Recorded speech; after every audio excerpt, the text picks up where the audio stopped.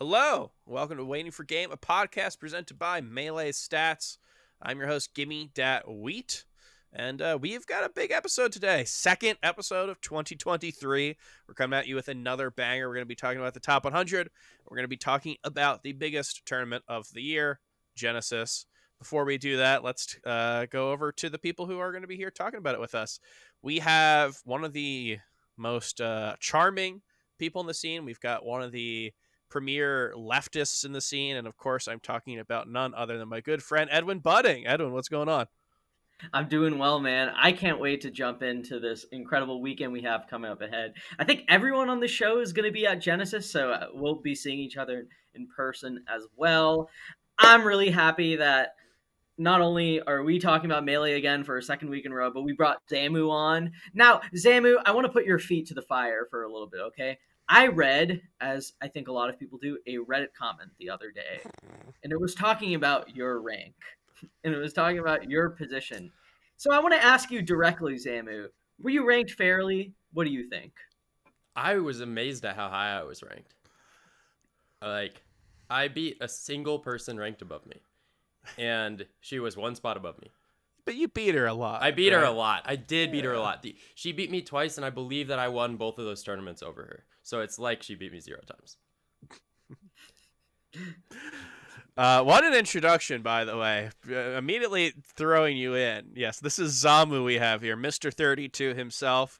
Yeah, let's talk about it because we talked about the rankings last time we were on, but the first 20 are released, and now we've got a whole week to let that sit. So we're coming up as far as this episode is. By the time it is coming out live, I guess we have 20 more to go. And maybe by the time you listen to this, maybe where it's all out. But let's talk about where we're up to right now. So yeah, we've got you as number 32. I think that entire section is really insane to me. And the thing that I love most about the 40 to 31 that got released recently is that it's like so easy to pinpoint that group of people to like Slippy. I know that you are not someone who started on Slippy. You were ranked top 100 before the pandemic, but I feel like a lot of those people really put the work in. And sometimes, like in the rankings, you see like resurgences. Yeah, I think Lunar Dusk like really didn't play net play ever. He debuted in the top 50. But that group right there, like your Mechs, your Bobby Big Balls, your Salts, and all that, I think that they really like showed themselves throughout the pandemic online and in person. It's just really great to see them all so high. Edwin, what did you think about the list so far? Because I know that we talked about it last week. Yeah, so 40, so actually, like 31 to 50, I think is such a fascinating group.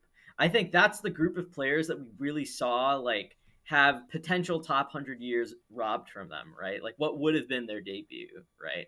I think it's kind of like when you go through the list and you see your Zamus, well, I know Zamu was around before, but like you see your Zuppies, you see your Didn't we? Salts, I feel you like we see said the Bobby, same yeah, exact yeah, but, thing. but you see like Bobby Big Balls, the Swooper, all these other people, and I just feel I wanted to bring up specifically the point that I think like for a lot of these players, it's sort of like a. I wanted to bring up specifically the point that if the previous years were kind of more typical ones, they'd be seen as like long comers in the scene. So this is sort of like their late, early debut, and I think there's something really cool about that. I also think that the way that these players became prominent in terms of their results and assessing their resumes made for a really interesting dilemma, I think, for a lot of panelists in terms of how to order them. I think Zamu, you brought up you brought up something in a bit of a self-deprecating way about struggling to upset players above you, but I think like for a lot of people in that range, it really felt like sort of you could it was very difficult to find someone that was very consistent against their peers and who was able to punch above their weight class, a lot and score really big upsets, right? So I think when it came to assessing all these resumes of all these players, it was sort of fascinating to see what lines were drawn, right? Like how much can one or two really big wins get you in a year versus consistency against your peers or dominating a certain group of players, right? I think there's a lot of interesting I won't name names, but I will say that there are players whose my perception of where they would be seated at a major was not necessarily how their actual results were turned out. Like I'd be looking at someone who I envisioned in the early 40s, and suddenly I'm like, oh wow, this person has 4 top 20 wins. I guess. I guess. Well, how do I value that? How do I value those as accomplishments relative to how I think they will perform on average? Right. So I think there's just a lot of kind of interesting paths to being in that group, and it was interesting to see how the panel how the panel decided what breaking points they were for each of these areas. Right. Now, Zamu, does this kind of feel like a parent-teacher conference where we're just talking about you in front of you? A little bit. I'm like, Well, talk to yeah, me yeah. Yes, we're not really giving you a lot of time to talk, but here, talk to us about, I know that the second that you go to the number 32 person in the world, you're not suddenly on a yacht, popping champagne, but how does this feel to be kind of like finalized at this? Because I know that last year, were you like a C tier gamer? What did you get? You got C tier, right? C tier. Yeah, I Yeah. feel like having number 32 next to your name rather than being called a C tier gamer is probably a pretty big difference, right? Yeah, I think it's really cool because in theory, any tournament that's possible to happen in the world, I'd be seeded to get top 32 at. And that's not actually true, but in theory, that's cool. Yeah, you love theory. That's what you talk about when you talk about how you love theory. Yeah. Yeah, but I mean, I guess it just must feel great to put in the effort this entire time, and having a 3-year break from having an actual number next year. It must feel great to actually get that. Yeah, yeah. I'm glad that I kind of kept playing well and kept kind of keeping at that level. And then I was actually like pretty consistent, um, which is new for me. I guess it's not that new anymore. Now it's kind of like the past few years I've been pretty consistent, but it used to be the opposite. I used to be the most inconsistent player ever. I'd beat randomly really good people, but I'd lose to whoever. And now it's like I lost to Chango at Big House, but I feel like that was kind of my worst loss of the year by um by a bit. Yeah. What did you think about the other? Did you have any other thoughts on other rankings in that area? Not even just that like top 10, but just anything that kind of stood out to you on the top 100 so far. I was amazed that Swift was so low cuz there's like Swift is a player that I just think is a better player than I am. But and I didn't really look too hard into everyone's results. Like, as you know, I did not do a ballot. And part of it was No, because you were asked. yeah, I started like I was looking and I was like, I can't do this. I don't understand. I just don't understand like how people are supposed to be ranked. Um, and it's just like I feel like a lot of the rankings, they all like make sense when you think about it, but the vibes, I'm so high in my eyes because I was really not expecting to be above some of these players. Mostly seeing Swift so low.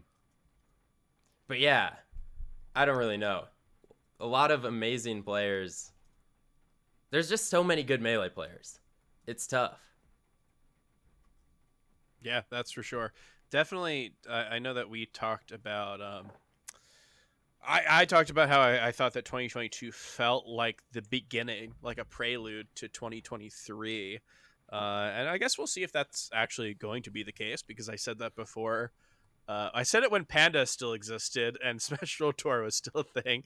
So who knows? But it definitely felt like there were a lot of like missing threads and kind of stuff that we saw that didn't get fully realized. You mentioned Swift. I think he's a great example of someone who like I even said I was doing my belt and I said Swift if Swift did this like across an entire year, or if he did this at the end of the year, kind of like SFUP did, I think people would probably be a lot more okay with putting Swift higher. But yeah, I mean, you have him. You've got SFOP as a good example of someone who didn't really attend a lot. Triff, like the list of players who did not attend a ton is pretty long. Um, and I remember Edwin and I were talking about how like there's like never really been a year before where the list of people who attended like one or two things was so huge, because usually it's like, oh yeah, this person's amazing, but they didn't attend anything, or it's like, oh yeah, this person, they're great and we know that because they're attending a lot. But we had so many edge cases where it's just like the top 100 is such a weird thing because Triff is probably not the 30th best player in the world in terms of skill, but how do you deal with that in terms of somebody who doesn't really have results? So yeah, it's definitely been an interesting list, but it's one of those things where like when the top 100 comes out, I am shocked every single time how it's able to like make sense to me. I don't know if anyone else feels that way. Edwin, what do you think? What have your thoughts on the list been so far? Yeah, I think it's a little funny, right? If we're talking about inactive players or players that seem to just barely qualify by the activity, I think one of my I don't know if I would say this is one of my favorite examples, but I think a very good example of a player that technically fits for SSBM rank criteria, but may not fit within the spirit of what we consider active is Chudat. This is someone who, what did he go to? Like Genesis, the Trail Invitational, and Camp Fox with my Falco. He went to um, did he not? I think he went to SmashCon, right? Like that. Did he not? I could have sworn he went to something else. Pretty sure it was like Sammy, where else did you beat him? Help us out here. Genesis and Trail Invitational. I'm pretty sure because it was pretty imperative to the decision to allow him to be ranked, which I will say no other year would he be allowed to be ranked. But hey, it's we're being nice out here. Yeah, no, Chudet definitely. Yeah, he went to Super Smash Con. He beat No Fluxes, beat Error, lost to Magi, lost to Bubby Big Balls. It was not a very active year, but two of our biggest tournaments, a pretty decent invitational and trail invitational, and a tournament that, for all I can tell, did happen. Although it is really hard to find the start GG. More so than you would think. It's like not on Liquipedia. It's not on Smash Data. It's like really hard to find, but it does exist. So yes, he got the go ahead. But yeah, I do agree. It didn't really feel like even your Gatsus and Triffs and stuff like that. It felt so much more like They were there. tenuous. Yeah. Chu kind of fit in the same category for me of I think he technically qualified by the rules, but like given the nature of the tournaments he competed in, it did to me. I'm not saying it was the wrong decision to include him. I just think to me it was against this. Including him was kind of like including Duck. Like because I think the nature of some of the tournaments he went to more than Duck. One more. I will say I abstained from him, and I think that if you did too, maybe we'd be having a different conversation right now. Maybe. But yeah, no. What else did we see? It was Was there anyone who's I know you didn't do a ballot, but was there anyone else other than Swift who you thought was maybe misrepresented by their number? I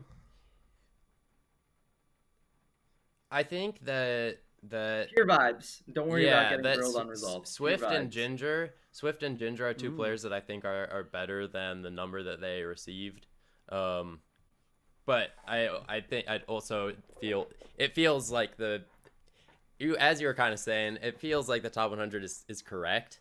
But those two players in particular, I'm like, wow, I just feel like they're insanely good. And like they're ranked well, but I feel like they're even better. But other than that, I feel like people have been ranked solidly. There's so many just good players. And so many of the players have potential to be ranked so much higher. Like it's like Ben, we've seen have amazing periods of time. He beat Wizrobe. Yeah, Wally, he beat Zane. And just like a bunch of other players as well. and so I wonder if we'll see like a lot of movement, kind of in the 2023 rankings, but we totally might not. But it feels possible. It's tough to say. Now we've talked about some players who we thought were a little, maybe their number didn't show their skill. You want to do the opposite way? Do you want to be the asshole? Do you want to say who you thought was overrated? Because if you don't, no need to burn any bridges. I've got a name in mind that I can drop if you need me to. I don't think that. So I didn't look too hard at like the lower end, other than the fact that Shabo's 101 when he should be that like but 100 spaces up.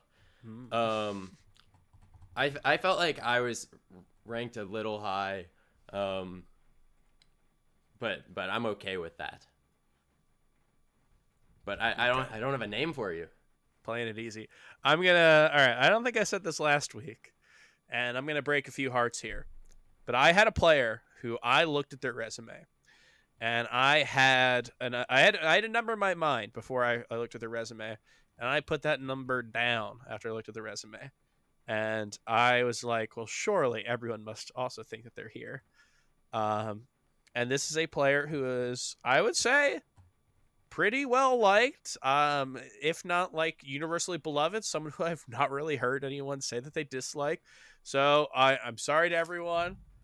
I do not see how Ralph was the 55th best player of the year. I think he's great. I think the Pikachu is so sick. I think that he, going into this year, is a pretty good candidate for someone who could burst into the top 50. I looked at those results, and I was like, this is really good. But everyone around him was also kind of having the same results, and I had to have the conversation with myself, how much do I think I can put someone up for locals alone? Because his locals were amazing. Wins on SFAT and Kzu, S2J. And I was like, I don't think I can bump up someone like 10, 20 ranks for locals. And yet here we are, 50, 55. Edwin Budding, what do you think about that? Do you want to take the other side on this for all the Ralph lovers out there? Uh, no, because I had Ralph. I had Ralph in the '60s with you. I'll mention another California player, one who I really respect. I think he's very fun to watch. I think he's a great player. I think he's absolutely, definitive top 100 player at the very least. But I will say, I did not. I had a very different ranking of Franz. I was surprised that Franz finished 45. I had Franz out of the top 50, like Dude, we're around picking 50. beloved people. Yeah. Are we mid tier haters? I don't think so. I don't think we're haters. No, I love them. I like Leffen's Mewtwo. I don't know. Yeah, oh god, Mewtwo. I don't know if we can call him Mewtwo mid tier, or who knows. Yeah, let's not. Maybe that's a bit too heated of a discussion for something like this. But yeah, well, in terms of the list, it's the same thing that we talked about when Sunsei was like 31st, 30th on the summer rankings. Was that like I did not see it by the just by the pure like results, but I believed it but based on skill. So if you're going to overrank anyone, you picked some great people to overrank, right? Like I had friends in my top 50, but 45 although it was just a few spots, did feel like a little bit of a jump to me. I still think he's like so insanely good, and someone who I would not be surprised to see continue to make waves, even though he plays a mid tier. And Ralph, same thing. I could see Ralph's Pikachu as it gets, a little more time on it. I could see that Pikachu Fox combination being really, really good. And we've seen multiple Pikachus thrive in the meta, so I don't see why adding another one is impossible.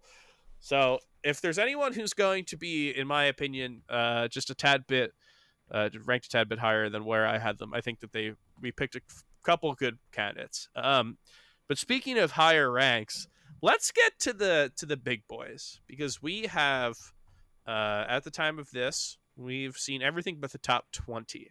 And that is kind of where the money makers are. That's where the debates are. That's where this stuff happens. So I know that me and Edwin we locked our votes in. We put them into the calculator, made this list. But Zamu, I want to hear your thoughts. So I think there's a couple different like really cool spots of contention. Um, and the big one to me is Amsa versus Mango. But before we get there, what do you think on like Slug, Axe, Lod? What do you think about that group? So, can they all be top 10? Are they all going to be top 10? If you want to kick Plup out, they can be top 10. So one of them is not top 10, at least. I don't know. All of that, like,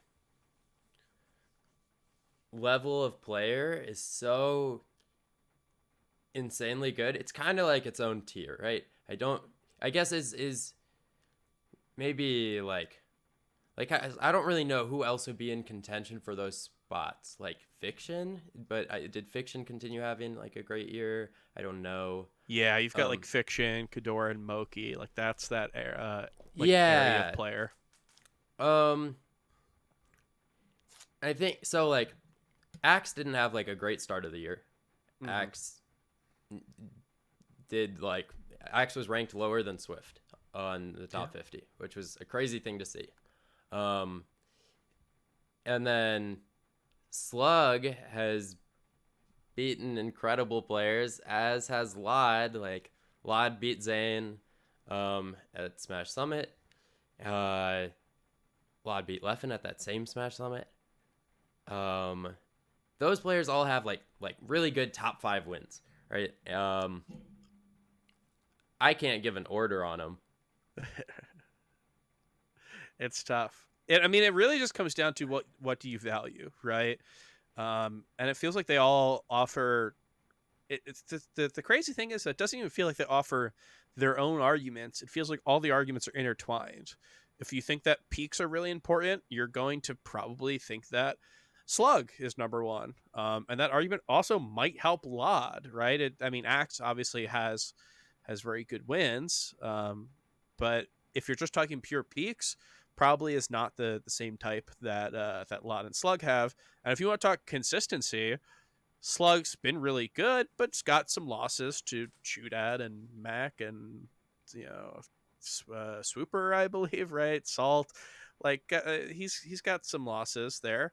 Um, so it might be Lod, right? Lod's worst loss is like Axe or something. So that could be a thing. And then Axe really looks good if you care about people who went to a lot, because Slug and Lod both went to like 6 tournaments, and Axe just kept going. And even though he had rough ones in the beginning, the fact that he was able to put out so much and just go to a ton of stuff and do really consistent at the end of the year, that was pretty important. So yeah, it's really weird because there's just like multiple ways to view this, but there's not real one clear cut way that makes sense for everyone. It's all intertwined. At the end of the day, I will say I gave a very slight edge to Slug.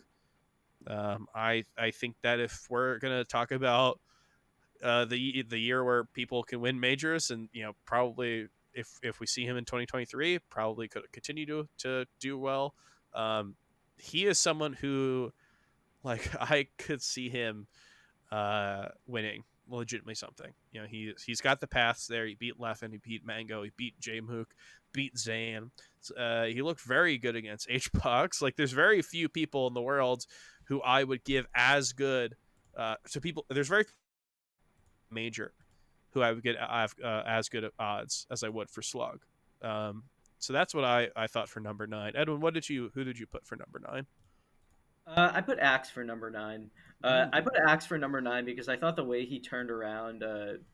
Well, it's not even that he turned it around. He just started going to a lot of events and he started beating the brakes off anyone who wasn't top 25. It was quite remarkable because in addition to that, we talked about the Zane win before, but he beat Jmook multiple times. He was making it pretty deep in bracket. So with his level of attendance and just how consistent he was against everyone within his tier and outside of it, I was tempted to, well, not tempted. I gave him the edge over Lod and Slug, who I think had slightly better peaks, but I thought that Axe's um, I just thought that his wealth of accomplishments throughout the year in terms of performances at tournaments and just consistency was pretty remarkable. So I Now, went with what if fiction didn't jump off the stage at 28%? maybe we have a different maybe you have a different conversation. We'll see. We'll see. Yeah, I mean, I legitimately think with these players, there's no real Yeah. wrong way to put them, and same could be said about number 2 and number 3. I think we all in agreement, right? If there's anyone here who believes that anyone but Amser and Mango are number 2 and number 3, speak out now, because from now on, I'm just going to assume that they are in some order number 2 and number 3. No H box stands out there, right? No true Cody believers. Anyone who thinks that Leffen, I'd be down for that. I wouldn't believe it, but I'd be down if you thought that Leffen was top 3 in the world. Okay. No one spoke out, so yeah, let's talk about number 2 versus number 3, because I feel like this is something that, I mean, it really just kind of came down to something that changed like every single week. It felt like. Um, Zamu, that's your alarm to you buzzed in for the answer. So it seems like you really want to talk about who you have number 2 versus number 3 for the year. Yeah, so maybe I'll give an answer as well, but we'll see. But my thoughts is that like, so Mango had not a great first part of the year.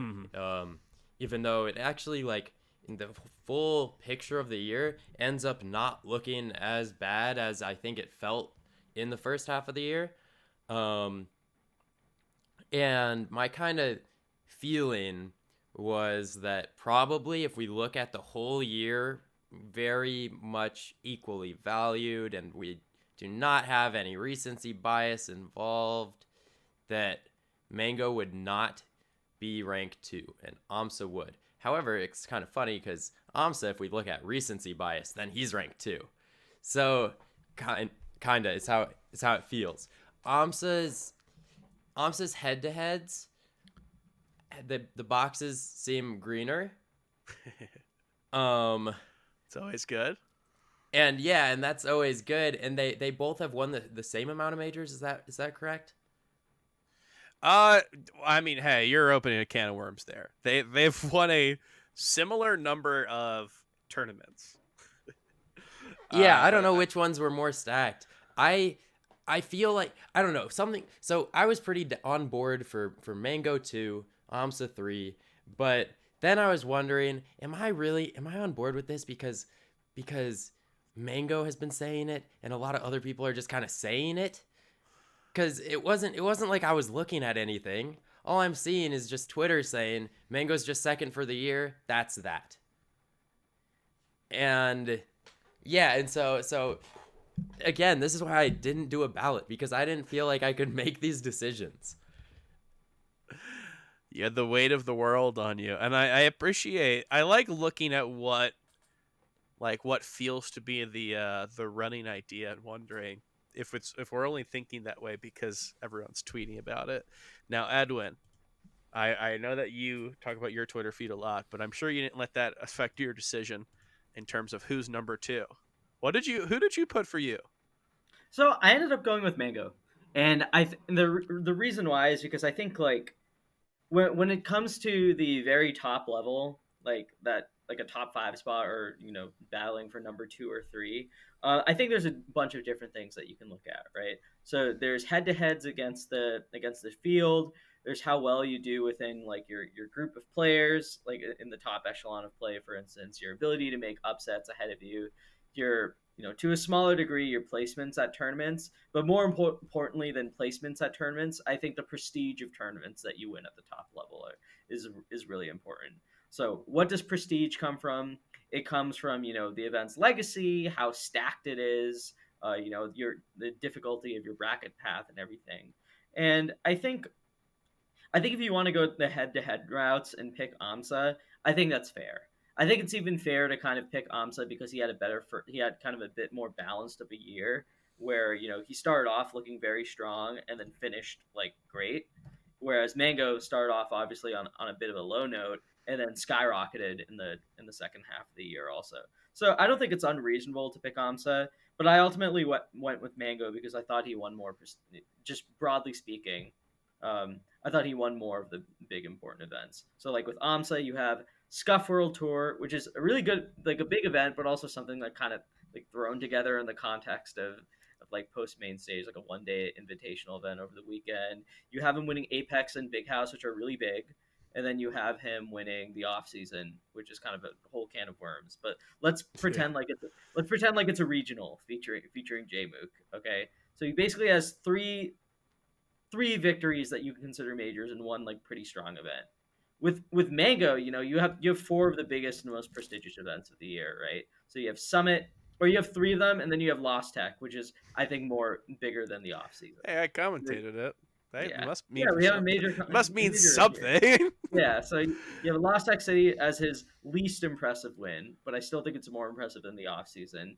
And then you have Summit when one of the most dominant performances like ever at a tournament at one of the most stacked events ever. You have a Smash Con victory also, which I would consider a pretty prestigious event, in the course of the scene's history. And then he won. What else am I forgetting? Summit, Lost Tech, Main stage.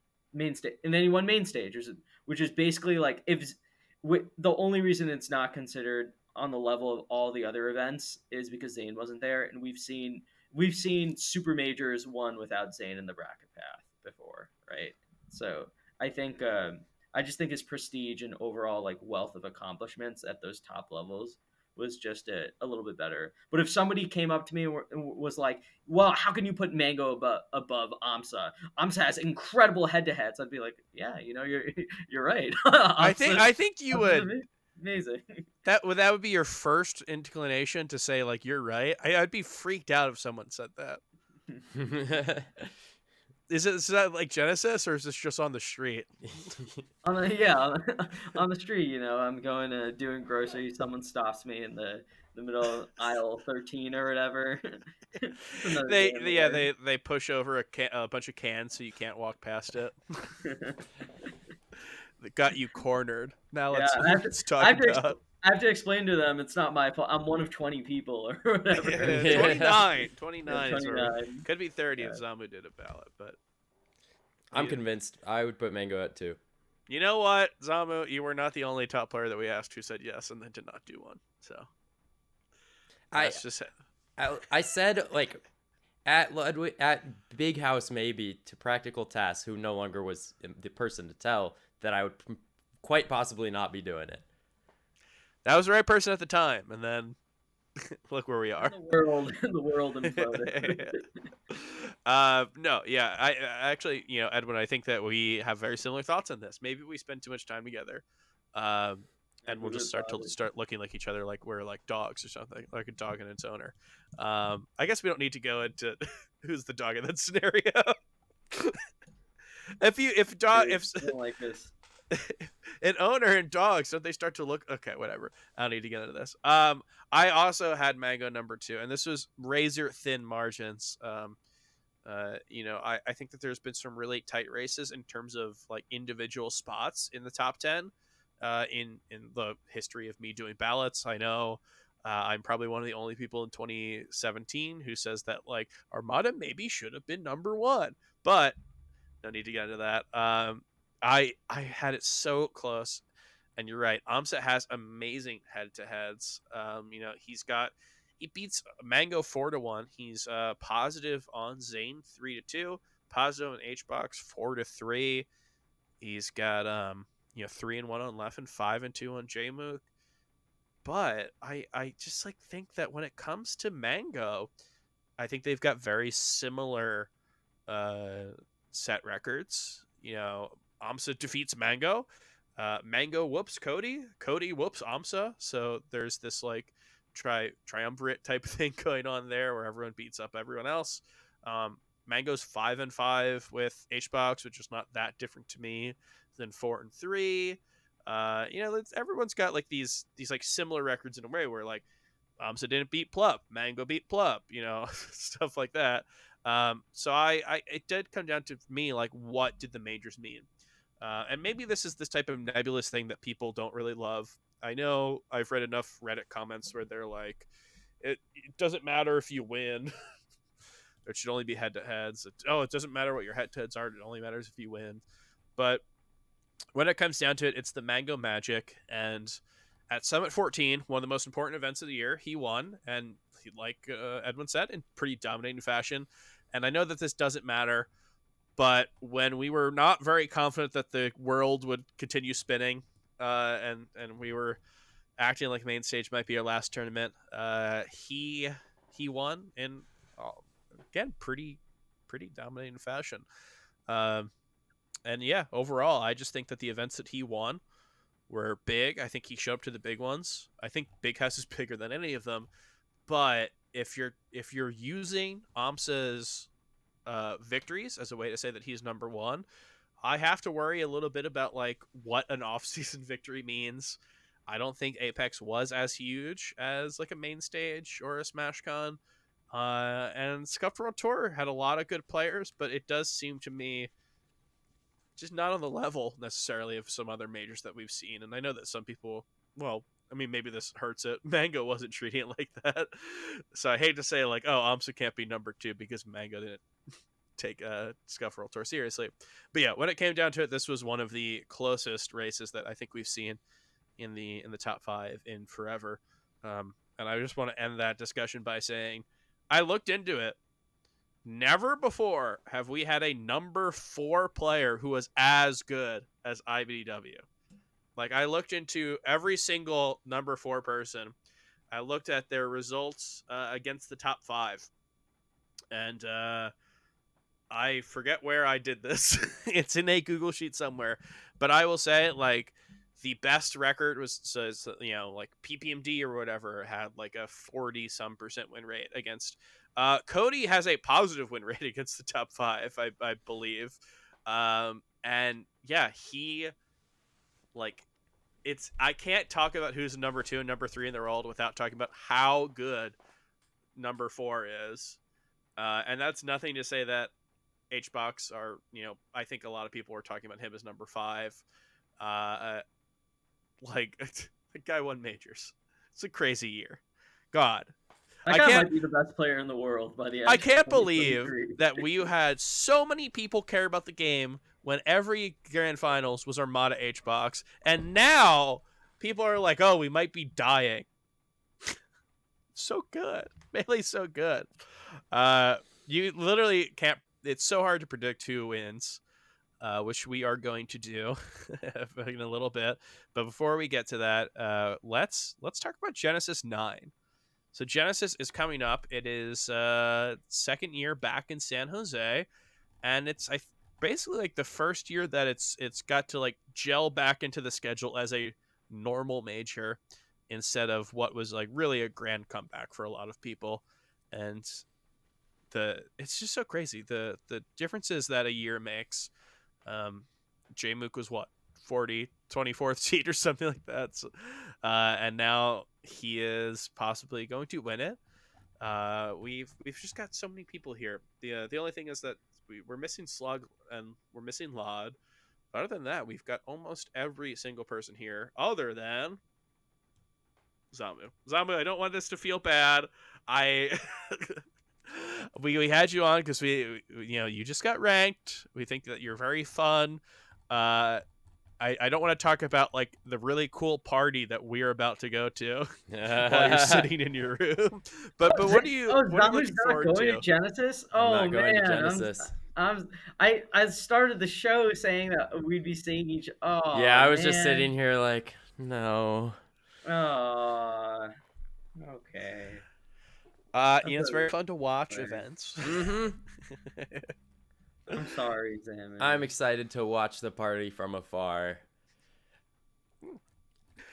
It's okay. Cardboard cutout review, Zamu. I'll keep you in the corner of the hotel room. I'll wake up and I'll be like, "Hi, Zamu," and then I'll move my hand to the cardboard. I'll like move it a little bit, and I'll be like, "Hello, Edwin." Yeah, you'll do it at 6 a.m. in the morning to wake everyone else up. God, I remember at main stage, you woke up so early and like kept talking to me, and it was very obvious that I was asleep. You like continued conversation. So some things aren't obvious to me. What can I say? I'll pay more attention. Okay. Well, we'll see. We'll see this year. We might be in separate rooms though. Who knows?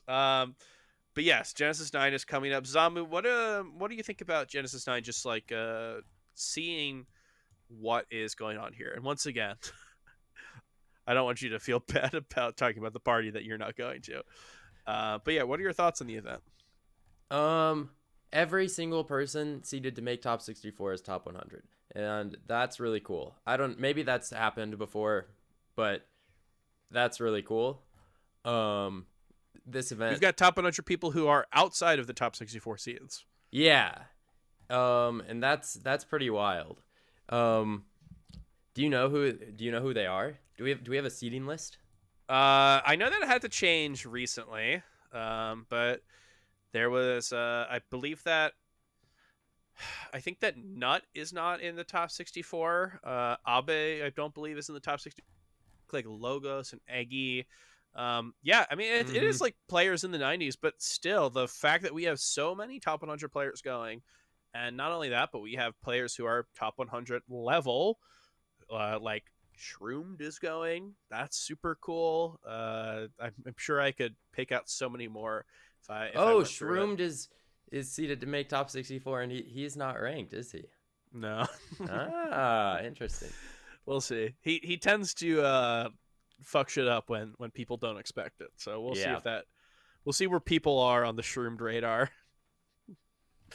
Yeah, no, that's one of the super cool things about the event. It's not only is it stacked in terms of overall entrance, it's at like 1250 or something like that. Wow. But the people who are going are so fucking good. Yeah. Yeah. So I haven't looked too much at the brackets since I don't know if I would have looked that much if I were going, but I'll say that's why I haven't. So I've quickly, in my quick first happened to the round 2 pool that I just happened to roll, fun Ben versus Just Joe match, and that's one of the ones that Just Joe has won before last year, and I would love to see a Just Joe. I'd love to see Ben do well, but Just Joe, I would love to see do really well at this event. That's the issue, isn't it, Zamu? Yeah. You get into the game and suddenly you make all these friends and you want to see everyone do well. Yeah. We got to make more enemies. Yeah. I just end up having to pick the Fox because it's too hard otherwise. What if they both play Fox? Yeah, then I pick the one from the Midwest. Well, if they're both from the Midwest, sorry. Then I'm sad. We have to find the exact algorithm to who you choose. Yeah. Then it depends what color Fox they play. Yeah, I like people who are 5'10" more than I like people who are 5'8". Yeah. But yeah, there's I feel like this event is not going to be crazy. Other than Really? Other than everything if everything went as seeded and everything, it would still be crazy. But I think that it's going to be I don't know why. I just don't feel like we're going to see particularly crazy upsets. The pure number of people there, we're going to see some upsets. There's just it would be more unlikely for us to not see any upsets. Mm-hmm. But I haven't seen any particular player matchups where I'm oh, this is really one to look out for. But I just feel like this is kind of where it feels like everyone is so close, but it also feels like everyone is so correctly ordered. So it's very nice to the Cedars. But you know what, Zamu, you know what I love about this? Is that I feel like in the game of podcasts is that we tend to hype stuff up where maybe there isn't necessarily hype, and then you go oh yeah, it's actually Lost Tech City is really interesting, and then it's no, how many tournaments can really be that interesting? So I like what you're doing here. It's anti-meta in a way where you're actually saying the biggest term of the year is actually going to go according to plan. Nothing's going to be interesting. I like that. I don't know if I buy it, but I like it. Evan, what do you think? What do you think on this claim that nothing interesting is going to happen at Genesis? Yeah, I don't. I think that's certainly a perspective. I think it's a refreshing one. Yeah, everything will turn out to plan. I think AMSA will win this tournament, and all the seeds will place to their or everyone will place their seeds, and we'll all clap our hands very quickly and go home. Yeah, that's certainly a very I don't want to say it's a boring prediction, but it's a very pleasant one. I have to say. So yeah, I think that's certainly a perspective. But one thing I would mention is I think like tournaments like these, like especially when you're starting a new ranking season, sometimes they're very difficult to digest in the moment, right? It's maybe like a few months later we look back at a result and we see it as like the start of something, right? So I'll give a random example of a player who I'm very excited to see at this tournament, but also kind of scared for. I think Dawson is a sleeper hit at this tournament. I think if Dawson can get by Cactar to make top 64 and losers, I think he's got a pretty doable path just within the bracket that's seated right now.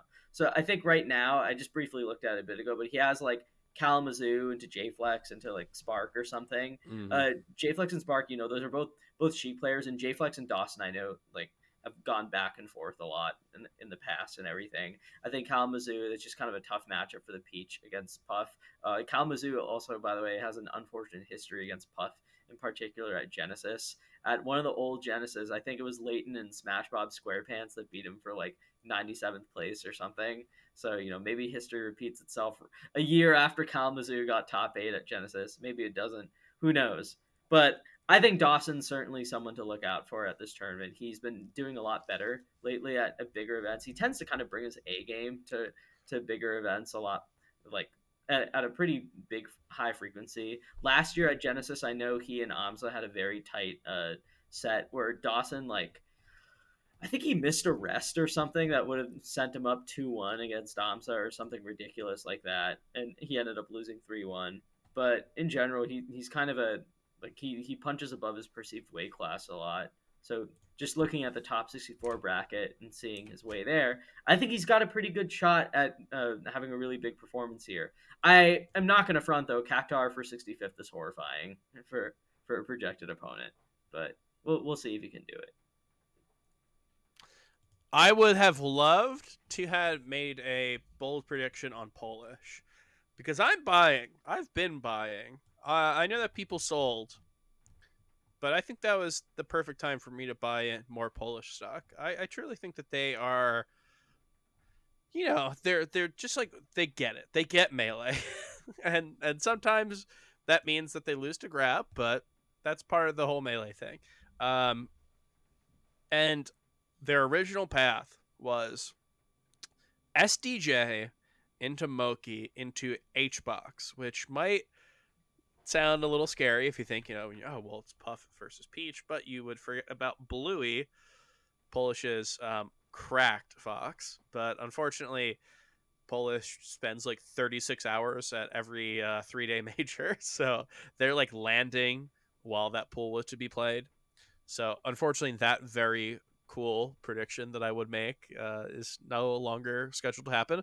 So I will probably just settle for a prediction that I think a lot of people are making, but I'm going to do it the opposite way. I think that Jmook is going to destroy Palpa. It's going to be a heartbreaker. I've seen a lot of people say, hey, look at Palpa Jmook. I'm just saying, I think that man has been destroyed by HBox too many times.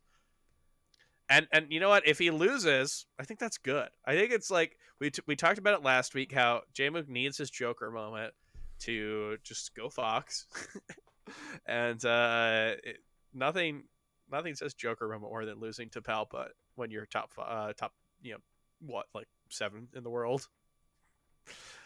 No offense to Palpa, just saying that how it is.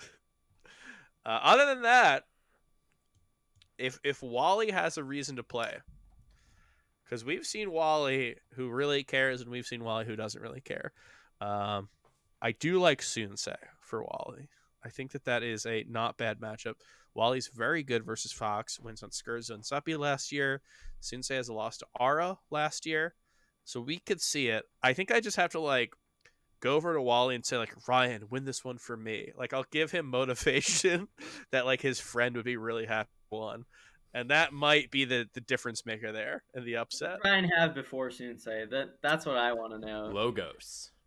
Now, see the thing with Wally is that like if Okay. he's on, he does it all, and if he's off, he doesn't even make it to Sunsei.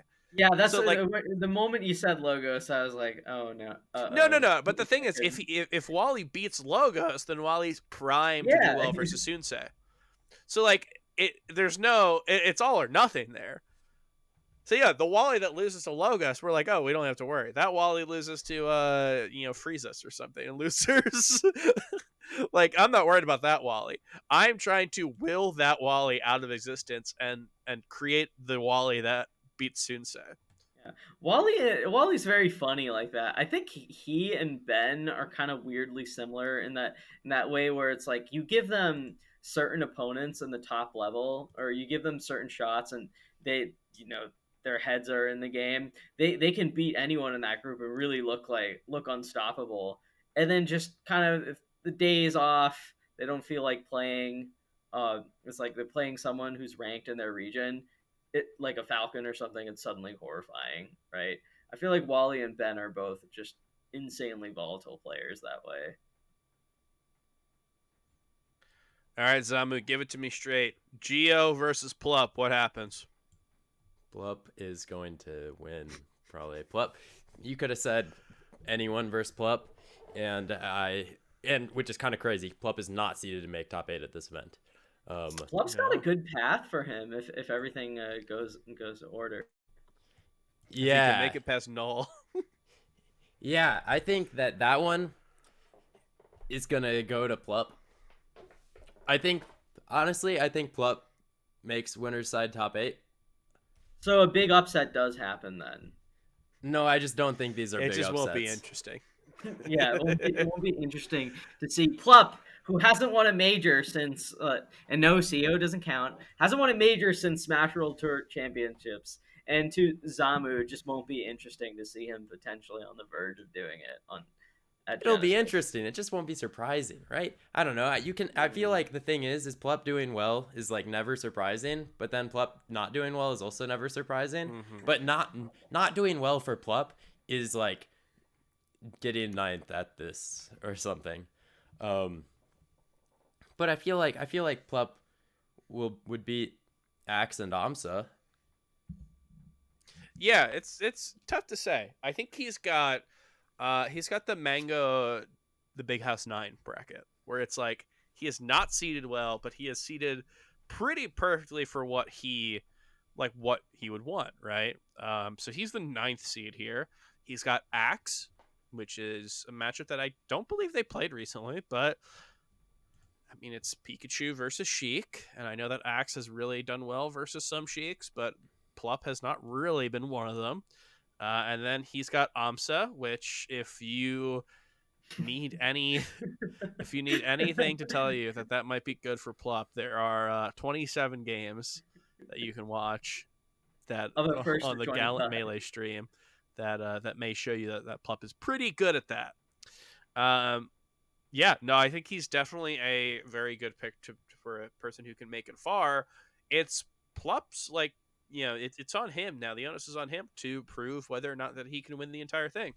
Because I feel like last year, Edwin and I talked about this. Last year, like the whole thing was that it's like, oh, Plup is actually like no one's really giving him the credit.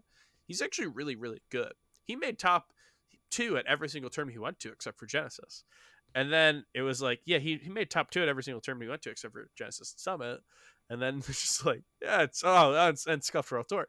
Like they just had to keep adding it on,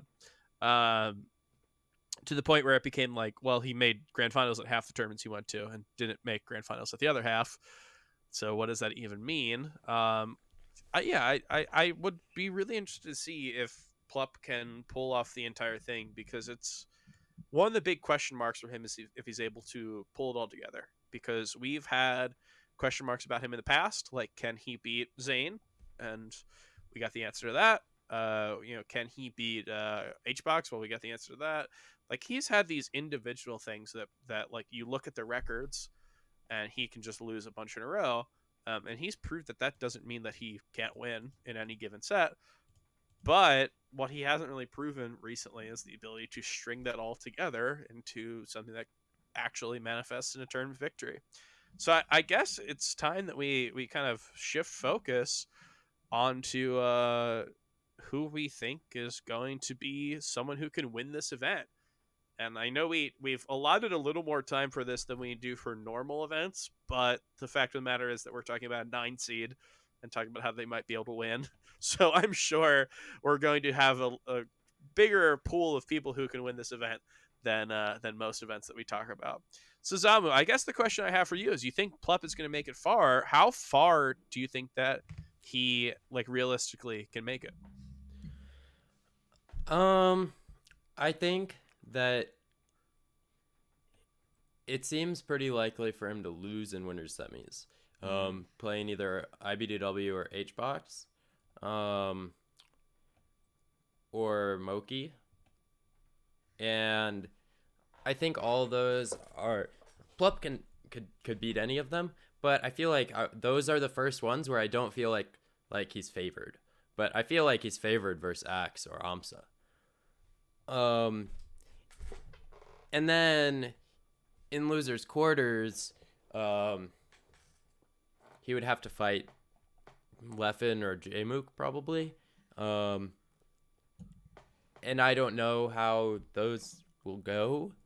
So I think we could likely see a Plup 5th or 3rd finish.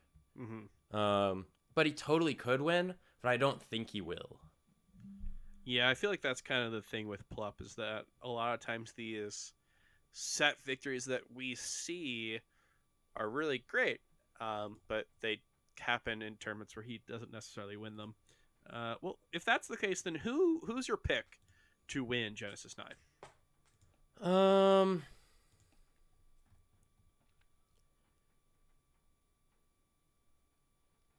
I know we've got Amsa. He's the number 1 seed for one of the first times at a big tournament like this. I don't think he's gonna win.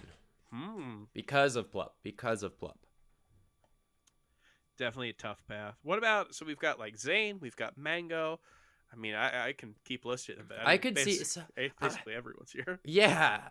Except for you, sorry. I cannot win Genesis, and that one I'm certain of. I really think a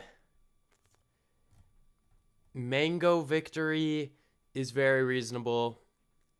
We have I feel like Leffen is gonna beat Kadoran and Zayn, maybe, if that's a thing, or we see Polish beat Kadoran and Leffen. But that one would be cool. But that wouldn't be interesting. No. Be reasonable here. Polish beating anyone is too unsurprising. I don't know. I think that Mango, if I had to pick one person, I think it's Mango. Why is that? Bracket looks good. He's not so the potential number 2 player in the world we're talking about, and the number 1 player in the world is going to lose to Leffen's Sheik. And Amsa, the number 1 seed, is going to lose to Plup. I feel like Mango's just has a nothing is I don't look at any of it and I'm just Mango's not going to win. And sometimes it feels that way. Though Jmook could definitely just beat. Jmook has a Fox bracket, and I like that for players like Jmook or like Zayn or someone where it's it's hard to be dialed in versus Fox. But Jmook seems to always be dialed in versus Fox, and so I could see Jmook just beating Mango in winners quarters. And if that happens, then I don't think Mango will win. But I feel like Mango will do it. Just feels right. And you know what? It tends to be, if there's any player that it feels right, it tends to be Mango to be the one, right? I know that when we had our episode, which hey, you can listen to. That's an evergreen episode where we talked with Toph and Blur. We talked about the top 100 all time, and it tended to just be like Mango just felt right.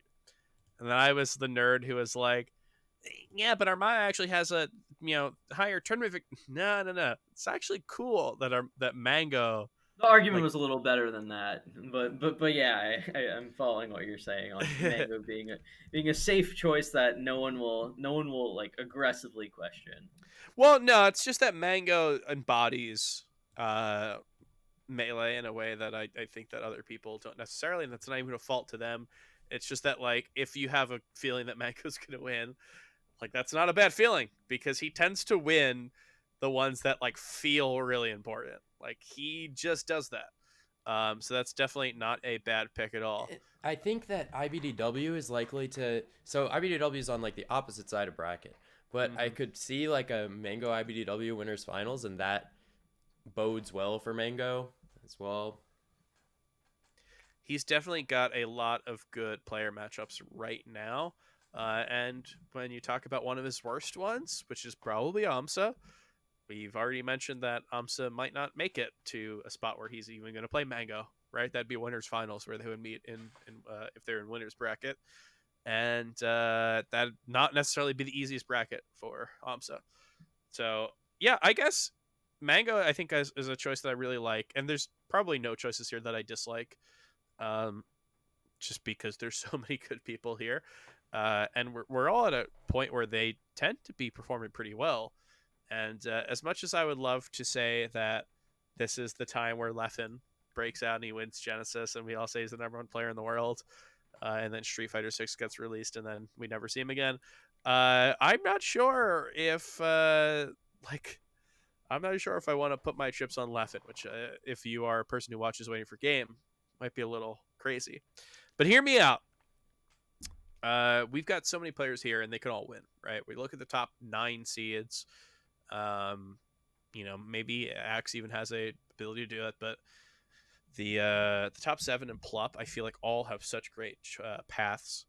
Where you have to look at not like even their good matchups because they all tend to have like pretty decent matchups, but are they avoiding the bad matchups? And Amsa is definitely not, right?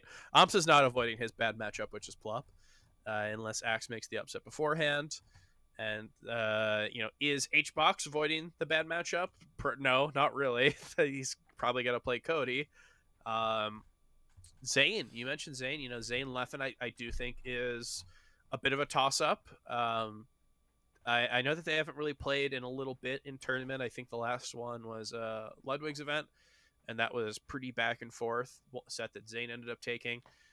So I would say that that's not a great, path for Zayn, not a horrible one.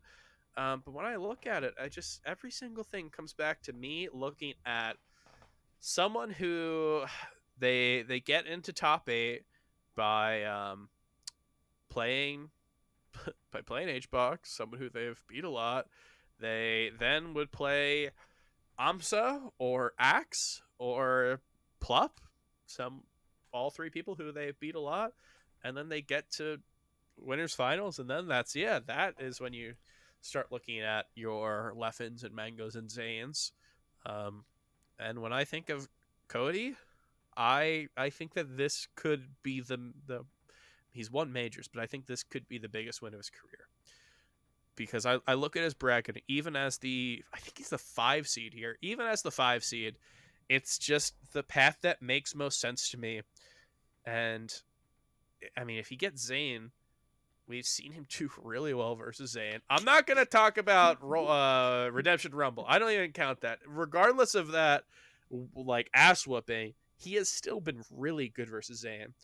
And I think that if he is on a level where he is playing consistently, that is scary for everyone else. And I want to see that from him because 2022 was not a year that was really in his favor.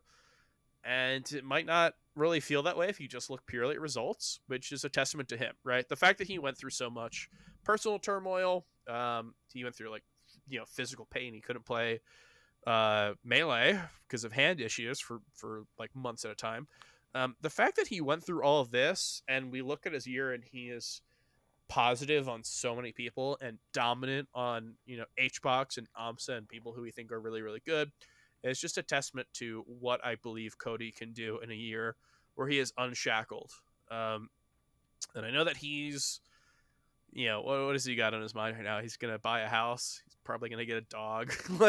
like if that is what is weighing on Cody's mind, that is way different than what has been weighing on his mind for the past year. So I think that he is not only a good pick to win Genesis, he's a good pick to take the whole year by storm. So I'm picking Cody, and I think Genesis is going to be the start of his dominant 2023.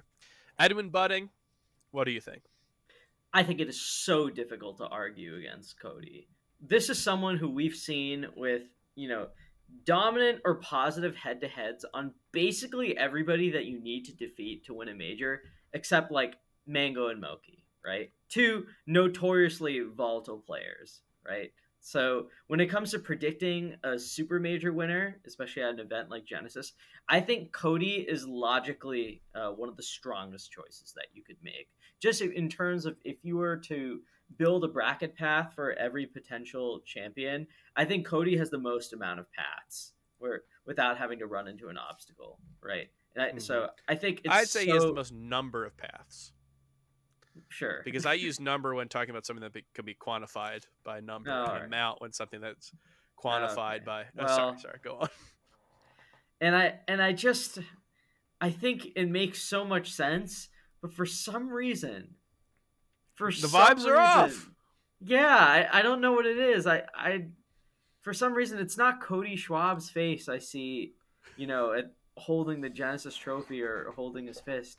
It's Juan Debiedma. Holding his fist. Or holding his fist up in the air or whatever. It's Hungrybox. I just for some reason, and I don't know why. Because this is someone who I've doubted for a long time. This is someone who's told me to his face that he reads my columns and read him to motivate himself.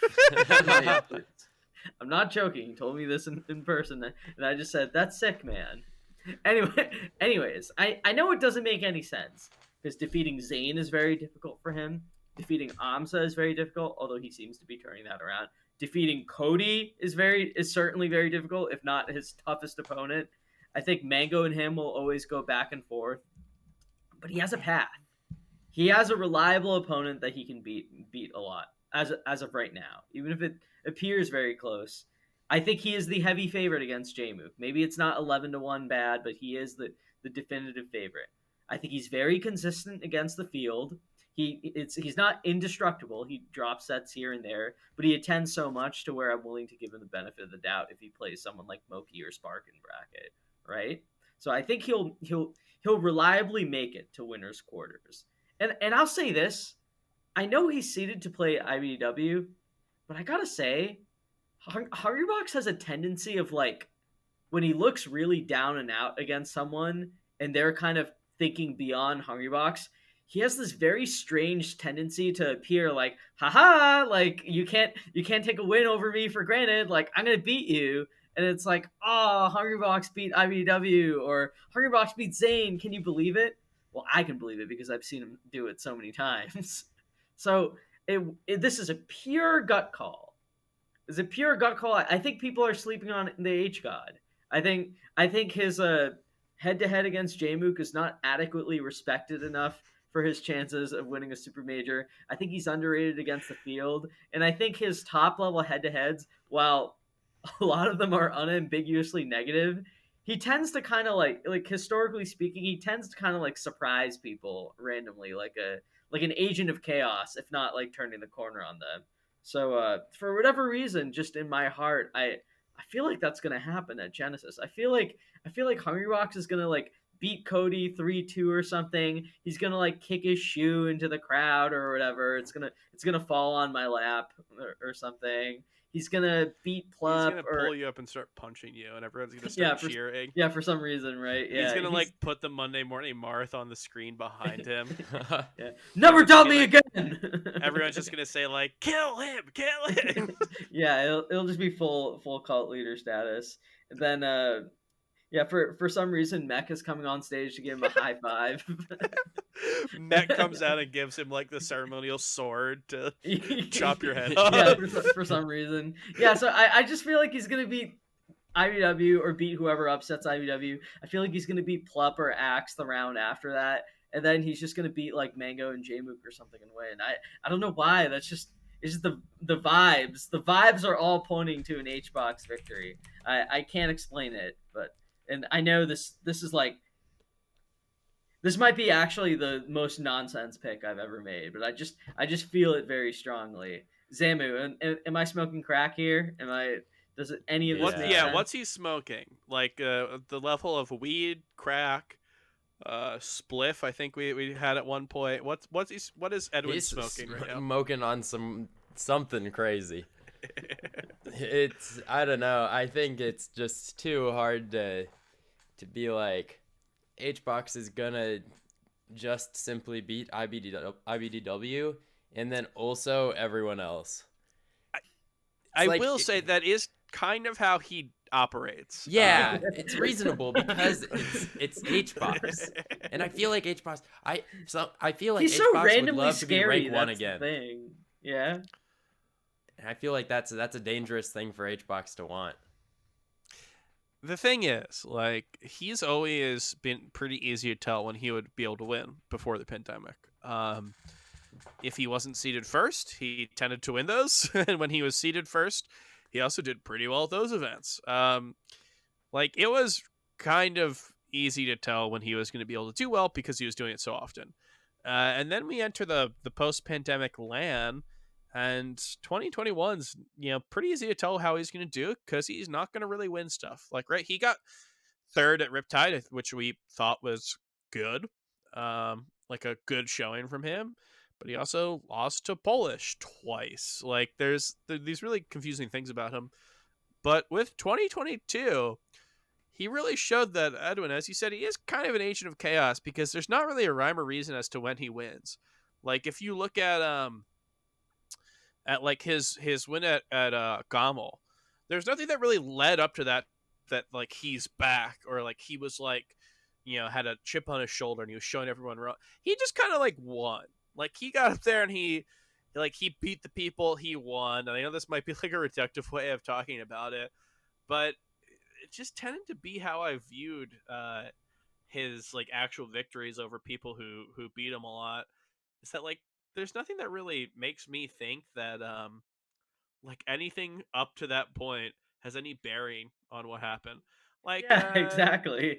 It's like IBW beat him like 3 times in a row, and HBox beat him once. Yeah. That does not change my opinion on that like long-term trend. But Not also, all. it's like I don't think that anything that happened beforehand actually led. Like, I don't know. Like, his win, he beat Zayn at like SmashCon, right?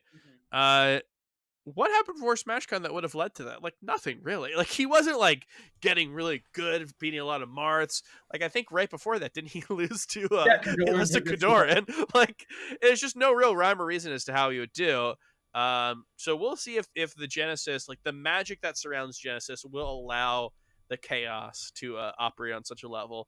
But I have a feeling that Edwin, he's going to look to his biggest detractor to find the Monday Morning Marth column, to find the Waiting for Game episode, to find the tweets, the tweet thread that says that he's going to lose, and he's going to find you saying that he should win, and he is not going to have his doubter.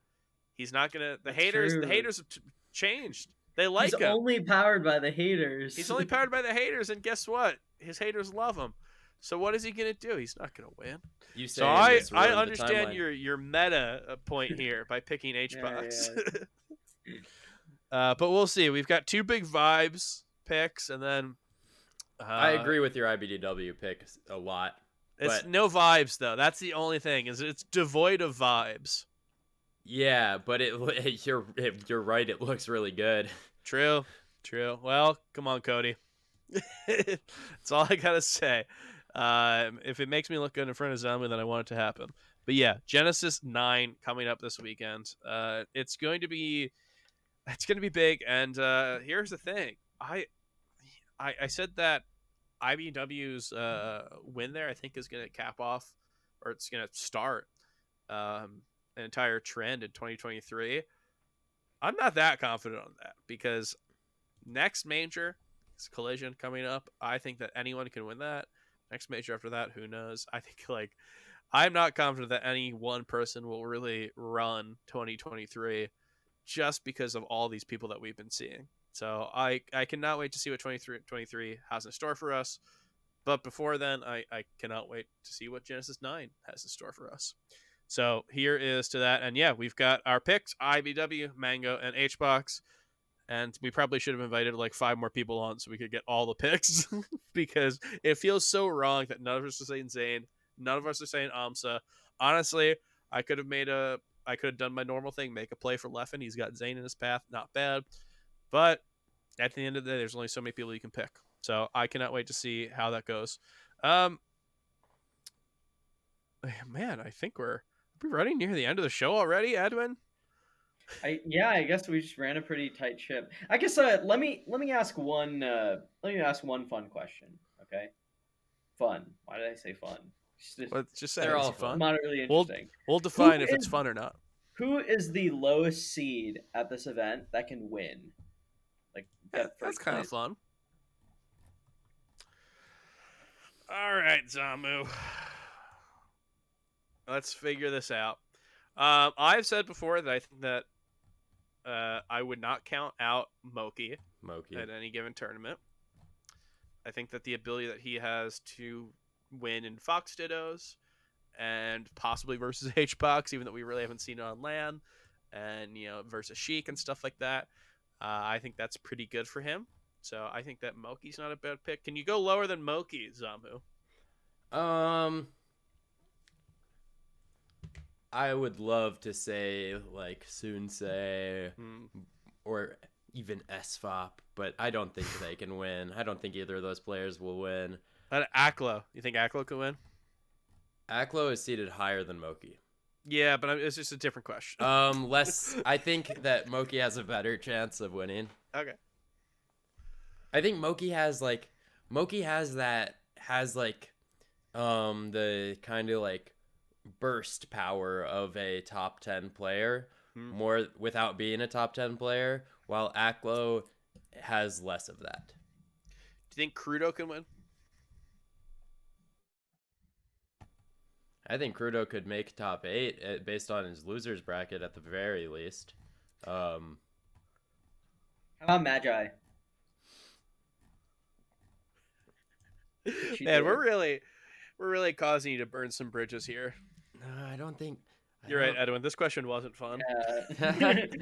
I think Moki has got to be the lowest.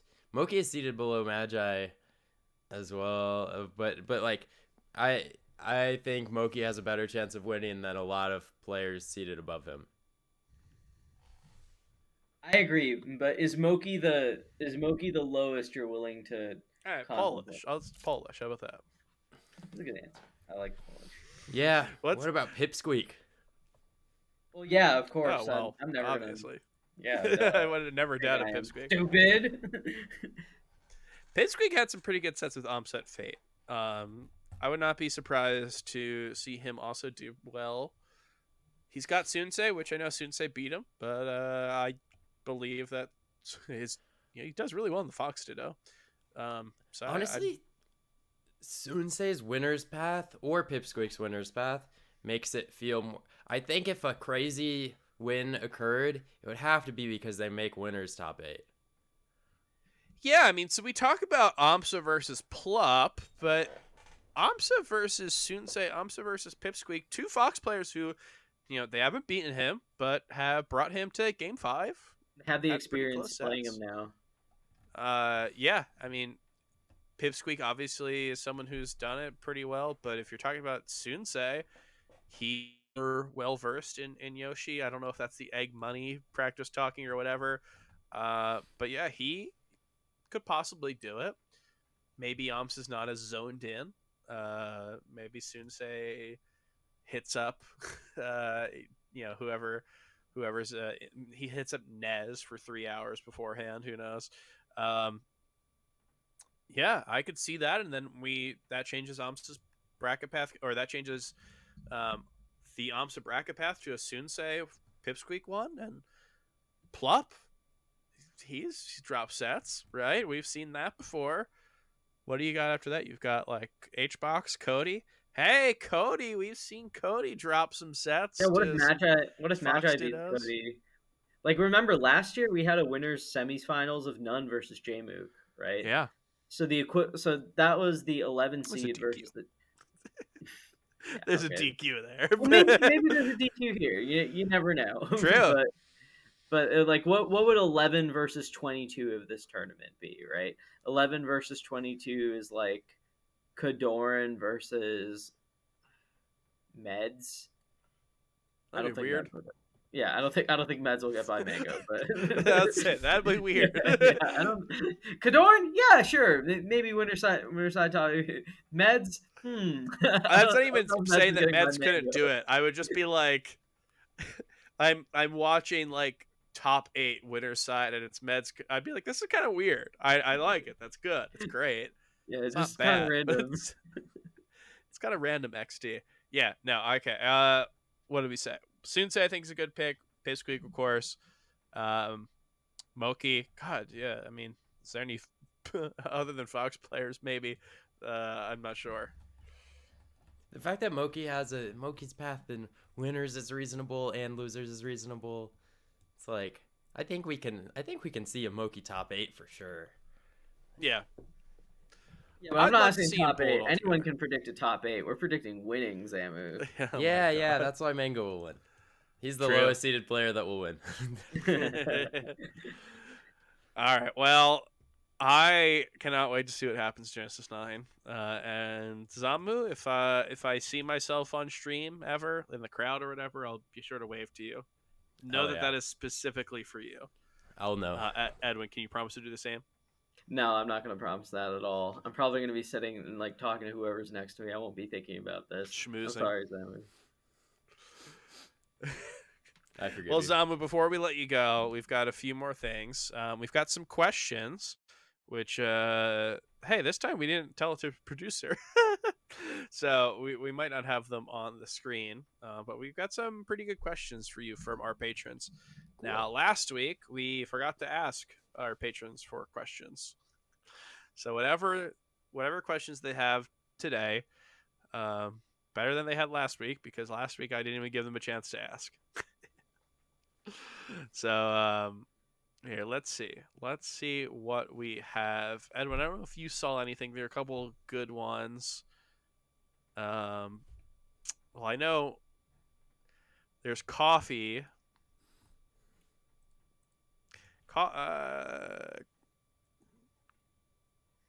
Selma, do you think the era of the 5 gods is over?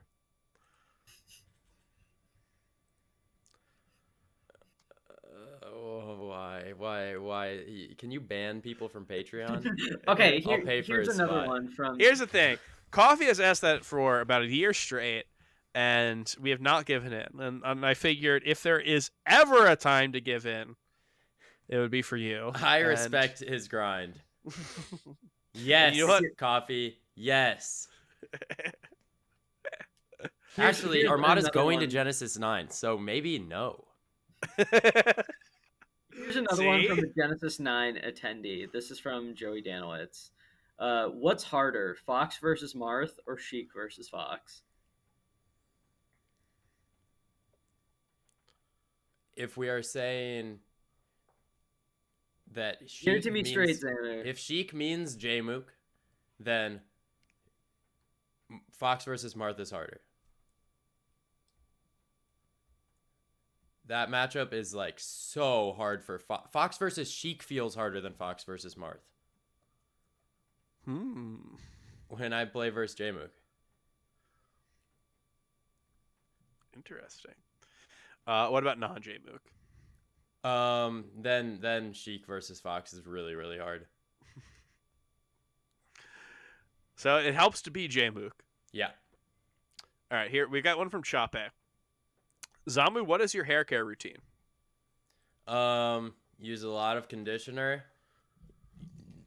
Use very little. Specifically, use conditioner without silicone.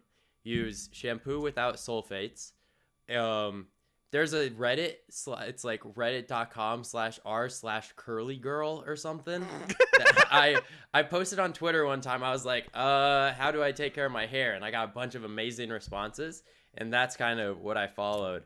And then don't shower too much. How often do you shower or wash your hair? Well, either. But Okay. But don't use shampoo very often, but also don't even necessarily like condition your hair too often. It depends if you have curly hair or not. Also, like this is specifically for curly hair. Edwin, I'm sorry. I mean, you've got hair as well. I assume you shampoo your hair every day, right, Edwin? Yeah. Yeah, that's crazy. See that you guys. I shampoo mine. I used to do every 2 weeks, and I thought that was too much. I thought that was too far apart. I do once a week, and I'll wash my hair every 4 days, basically. Shit, wait. Genesis coming up. I should have washed it tonight. Oh man. Oh no. Gotta wake up early in the morning. That's what I would do for my. But you're just saying that you don't showering entirely, right? Without washing your hair, just don't do it every day. Well, sorry, am I harping on this too much? Okay, so if I am just going to be a little gremlin in my house for a week, I might not shower more than twice or something. But if I'm going out and being a real human, then I'm showering regularly. Yeah, okay. That's the important part. But so you shower only twice a week if you're just staying home? Yeah, who cares? Pretty regularly. It depends That's how I'm feeling. I shower every day. I can't. You've got a wife. You've got a spouse. Yeah, if I'm you have to impress them. If I'm true. if I'm at a tournament, I'm showering every day usually. Even when I lived alone, I showered every day. It's wild. Do you like the do you sing in the shower, Edwin? That might be it. I do sing in the shower. You might just like to sing in the shower. Maybe. Like the warm water. Yeah, maybe the warm water. Zamba, do you wash your hair in warm water? Yeah. I do. When I get in the shower, I love being there. It's nice and warm and great. I also I do not get particularly gross, which is a nice thing. I don't get nasty unless it's been quite a while, which is dangerous because then you gotta shower if you're gross. You gotta. But if you're never gross, then I don't know. Well, here let's end this question. You mentioned a couple things to avoid when you look for shampoo, when you look for conditioner. Do you have any brands that you'd suggest for either? I was using Tresemme conditioner and shampoo actually for a while, but right now I have just kind of been using whatever that does not contain those products, those ingredients. Check it out. Maybe you two can have hair what's the Reddit called again? Curly girl. Okay, cool. And I think we've got one last one, which I believe is a little bit of a doozy, Edwin. Yeah, this is actually one that I should have asked, but someone else did. I don't have their name in front of me right now, but I could actually use the answer to this. What are some steps? Oh, this is from Ambi. Nice. Wait, what are some steps you take to get the most out of VOD review? I generally think I have a good handle on. Oh, hold on, let me do an Ambi voice. Question for Zamu. What are some steps you take to get the most out of Can I say VOD dude review? first? I generally think, dude, I have a good handle on it on a big picture level, but it still sometimes feels difficult for me to pull apart situations. I lost a favorable mix up from situations where I lost a mix up I erroneously think is favorable, dude. I don't even know if that wasn't really. There was one question in there. Feels like he added a lot. So that's a kind of hard question. It's first like you got to make sure that you didn't lose the situation because you just like missed execution. That's not like interesting. Um if you are like noting you, and that's kind of the easiest thing in VOD review is like, oh, I'm just messing up in these situations, and then fix that. Um the issue is when you're losing situations where like you thought it was a fine mix up but it's not, and in those cases you kind of just have to like, what I like to do, and I don't really know if this is, I mean, it is good. I don't know if it's that efficient. Is kind of just list out everything. What could you have done in the situation? What could the opponent have done in the situation? Line up all of the options against each other and see whether what happened made sense, and what kind of options you should be skewing towards instead, that will make you come out on top in those situations more often. Um, and then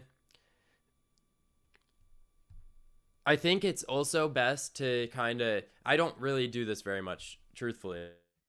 Take, you should kind of be generally going into, I think you can generally get more out of VOD review if you were to watch the same game multiple times with different reasons for watching it. And like you can do this by watching different games instead, but if you go into a game being like, okay, let's like focus on punish game. What am I dropping? Um, and that can be more like, what am I looking for in neutral? Is it giving me the openings that will lead to big punishes or not? Um, or it can be like, oh, I'm messing up my up throw up air follow ups.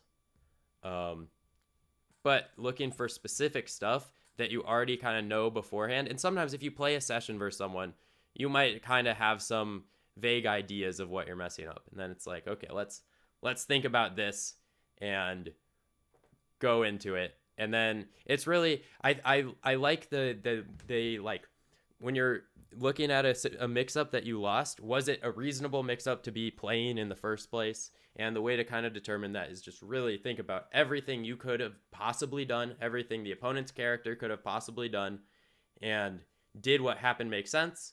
And if not, what would have made sense? And then you just have to trust yourself to be correct about that. And then you play again later versus the same character, and then you try the things that you thought make sense. And then if they're still not working, then you can think about why they didn't make sense, and repeat. All right, Ambi, I hope you heard that, and you can continue your streak of getting top 64 at Genesis. I hope that can continue. Well, Zamu, One. we've got one last thing before we go, and this is maybe a perfect opportunity for you. You're not going to be at Genesis, so you have the world ahead of you. This is an unnamed segment known to the fans as Touching Grass. This is where we talk about what's going on in our lives. I remember last time we had you on, you said that you were saying God is good a lot. I haven't been saying that as much. So before we get to either of you, I'll give you time to think about what's been going on in your lives outside of Smash that you want to share. And I'll go first. So I would love to say that I got to have Raising Canes recently because they're not really in my area, but have branched out. But I went with my friend who had never had it before, and we were going to go have it. It was going to be great. It was Martin Luther King Jr. Day, and it was closed. So good on Raising Canes for being closed on MLK Day. Bad on them in that specific instance because I wanted chicken fingers. So I can't use that as my moment, but what I can use is a much more tedious one. My computer's been really slow recently, and at a certain point, I was like getting error messages where Chrome was like, "You gotta move space, like you gotta free up some space," and I'm like, everyone says that, right? Like Of course you went with space. Like, yeah, get in line. And then Chrome stopped working. And I looked into it. I I had 240 megabytes of free space on my C Oh my drive, and I god. had 600 gigabytes on my D drive. And I was like, what is happening here? And I looked into it. I'm not a computer guy, by the way, if you couldn't tell by this. I looked into it, and my iTunes was automatically downloading everything to C, which is really annoying because you can go into the preferences and set it to a specific location. But then you exit out and it just sets it right back to where it started from. Maybe there's a way to permanently do that. I have Googled really quickly and did not able to find a way that worked. So basically, what I've been doing is I've been taking all of the music that is on my computer, which is I can pull up the exact number. It's like 180 gigs or something like that. Um, I've been 185 gigabytes. I have been moving that to an external hard drive, deleting it off of my C drive, and re-uploading it to my D drive in a specific location. So it's been very boring, but I don't know. It gives me a chance to archive stuff. This thing that I've been putting off. I bought a 2 terabyte external thing to external storage just to have stuff, and I never used it, so it did give me a chance to use it. But yeah, basically, it's me doing that, making sure SSBM rank didn't explode for the day, and then going back to doing that for the past like 2 days. So not very glamorous, but I would be lying if I said that anything else is going on in my life. Edwin, buddy, what about for you? Last time you said the football season was over. I know that some teams the football season isn't over for. I'm not sure if you watched any of the recent games, but what's been going on with you recently? Yeah, so I've been watching a lot of reality TV again, as I'm apparently prone to do. I finished The Traitors, the first season of it on Peacock, which is pretty good. It's kind of similar to Survivor, but kind of combined with werewolves, or mafia. It's pretty interesting. Lately, I've been watching a lot of Love Island. That's been interesting. I hadn't seen it before, and I was just looking for new trashy reality shows. So from what I can gather in the first few episodes I've watched, Love Island is basically a show where like you take kind of 10 single people, 5 women, 5 men, but the show is forced to refer to them as girls and boys, which like they only refer to like the men as boys and only refer to the women as girls. So it's like this very weirdly kind of infantilizing thing that going on there. But basically, they have to pick each other every week to like date or whatever. But throughout like the weeks of the show or the episodes of the show, new people get added to the island, and you have to choose. And like they kind of have all these activities during the day, and at the end of each of these periods, they have to vote who they want to be with for the next period of time. But they proportion it so that like there's like one spot where if you're not matched up with someone, you get eliminated from the show.